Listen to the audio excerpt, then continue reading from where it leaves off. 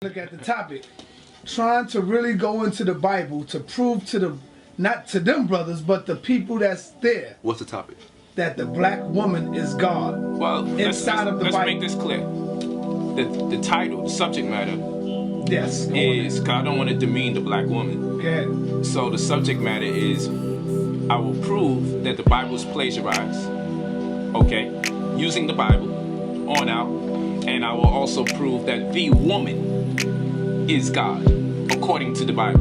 Right. The woman is God, according to the Bible. Because once you start dealing with the subject matter of race, then I have to take on several undercurrents to the argument, and it takes away. He's gonna prove it. Now, well, we're gonna address the fact. Well, I would say the black woman by default. So, distinguishing when you're talking to people, like for instance, when you're dealing with children, and the reason why I'm using children in the analogy is because for someone to make subscriptions to a lot of these monotheistic beliefs, they will have to be reduced to an inferior state of mind and thinking in order for them to even comply with that which is being conveyed to them. So, and this is no offense to them, this is my disposition. You have to be reduced to your adolescent mind in order for you to receive those type of texts, okay, and believe that it's authenticated, okay, and to believe that there's no conspiracy entangled or engendered around it, to reduce our thinking or frequency to a lower level. So I'm gonna use children in this analogy. And when you go into a fridge and you have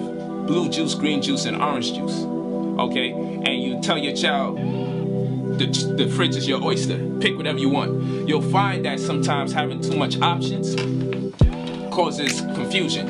If you have 3 different types of toothpaste, you'll find they might open up all 3 toothpaste, probably the same day.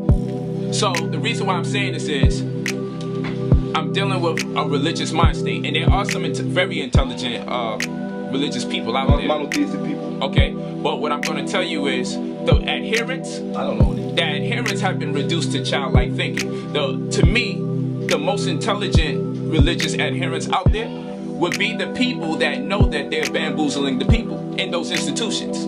They know better than to make subscriptions to that which they have everyone else believing in, because it suits their own selfish gain. So what I'm going to tell you is, rather than say the black woman is God, I know when we dealing with language, we dealing with the subject, and we dealing with the predicate, okay? Then we dealing with syntax. So we dealing with subject, predicate, and syntax. And then we have to deal with syllogisms. And this is when people can get mad and polite, say, I don't understand what he's saying. People don't know what those things are. Syllogistically speaking, you have to have at least 2 premises and a conclusion if you really want to have a strong impact, okay?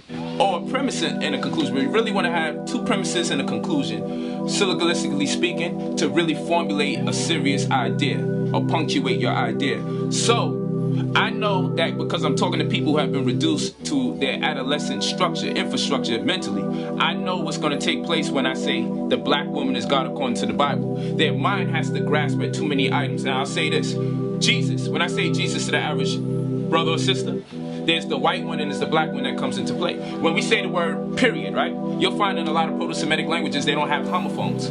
These are words that sound alike, maybe spelled alike, but allude to different meanings. So in Proto-Semitic languages, or even more ancient languages than that, you'll find that they don't have those words because that causes confusion. Why? Because I can say the word period right now, and you'll think that which alludes to the thing at the very end of a sentence. You think about period in terms of error. You think about period in terms of menstrual cycle. And what that does is impede on the mind's ability to think, because the speed of thought purportedly is 24 billion miles per second. And what you're doing is reducing 24 billion miles per second down to about a second. You know what I'm saying? Down to a more minuscule train. Because what's happening is now your mind has to grasp with different straws in order to come to conclusions. So the reason why I will not say the black woman is God, but I will show you that inadvertently when I teach, is because I don't want people to get side-railed about the goal. Because people will say this to me, a female dog gives birth, does that make the dog God? And I'm like, you know, they think they're saying something intelligent, and they're really being immature. And you know what that mind is? The religious state of mind. Only a child would do that. But I will tell you, the females, they don't get the point.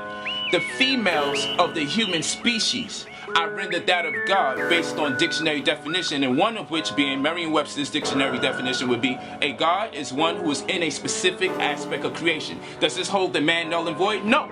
But at this particular moment in time, I am homing in on the female.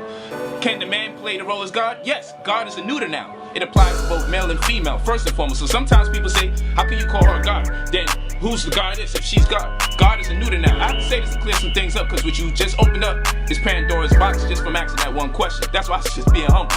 So when they say, is the female God? Or how come the man can't be God? The man is God as well, but in her capacity, she is God for different reasons. You understand what I'm saying? And that's why we have to break down individuation or individual, because when you look at the word individual, and this is a semantic, in divide dual, inside divided by dual, or two, inside divided by two, individuation, individual. Etymologically, we go down to the word, we'll see it's the most minuscule point that you could break something down, equaling two. And even the universe is against oneness. Universe, one verse, against oneness. So I would never tell you that the man doesn't participate in the construct that we identify as God. But at this particular moment in time, the men have had their run. Being identified as God, and if that hasn't cultivated them or uplifted them enough, it's confirmation that we also have to reintroduce the female God infrastructure in our community as it relates to our mind. This is why it's doing nothing for the men only saying that they're God, and what it does is it creates a coping mechanism for the male to believe that he doesn't need his consort. Look at the